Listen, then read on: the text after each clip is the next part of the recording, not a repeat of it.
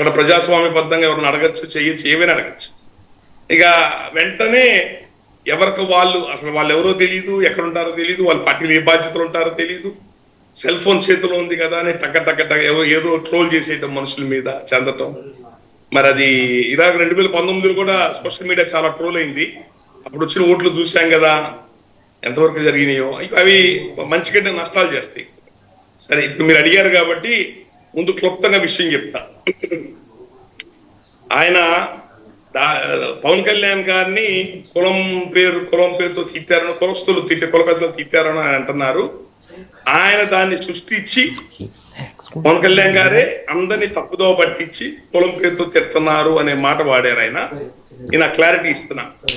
10 రోజుల ముందు ఆయన అదేదో సి కన్వెన్షన్ ఏదో కన్వెన్షన్ లో హైవే మీద వాళ్ళ పార్టీ ఆఫీస్ దగ్గరలో ఈ సభ్యత్వ నమోదులు చేసిన 300 పైన సభ్యత్వ నమోదులు చేసిన వాళ్ళందరితో చాలా పెద్ద సమావేశం ఏర్పాటు చేసుకున్నారు పవన్ కళ్యాణ్ గారు.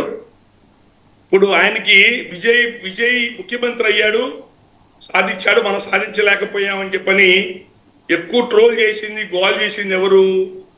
వాళ్ళకు పనిచేసిన జనసేన సంబంధించిన వాళ్ళే చేసుకున్నారు.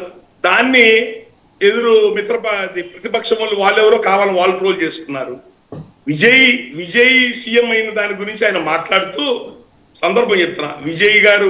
ఈవికే విజయ్ గారు ముఖ్యమంత్రి అయిన సందర్భంగా మాట్లాడుతూ 2019లో కాపు కులం నాకు చేయలేదు, నాకు నిలబడలేదు, కాపు కులం నిలబడి ఉంటే నేను గెలిచేవాడిని, నేను కాపులే నాకు ఓట్లేస్తే 2 నియోజకవర్గాల్లో నేను ఓడిపోతాననే మాట ఆయన అన్నాడు. దీన్ని నేను ఖండించాను. కాదండి, అందులో నిజం లేదా అంటే రాము గారు, అందులో నిజం లేదా ఆయన మాట్లాడిన దాంట్లో? మరి 2 చోట్ల ఓడిపోయారు కదా, చాలా దారుణంగా జనసేన ఓడిపోయింది కదా. అదే చెప్తే దారుణంగా ఓడిపోయిందని చెప్పానంటే 2014 ఎలక్షన్స్ కి వచ్చి ఆ వేదికల మీదకి వచ్చి ఓట్లేమని చెప్పారు ఆయన. 2014 నుంచి 19 దాకా పార్టీ ఎటువంటి నిర్మాణం చేసుకోకుండా, కమిటీలు లేకుండా, క్యాండిడేట్లు పెట్టుకోకుండా, ఆయన 2 నియోజకవర్గాలు గ్రౌండ్ వర్క్ చేసుకోకుండా, సరిగ్గా 0 బడ్జెట్ అని కుర్రోళ్ళకి టికెట్లు ఇచ్చి ఆయన తొందరపాటు ఎలక్షన్ అంటే 2019 ముందు దాకా ఆయన ఎక్కడ గ్రౌండ్ వర్క్ చేసుకోకుండా డబ్బులు ఖర్చు పెట్టకుండా ఓడిపోయిందని చెప్పని కులాన్ని అనర్చండి ఆయన.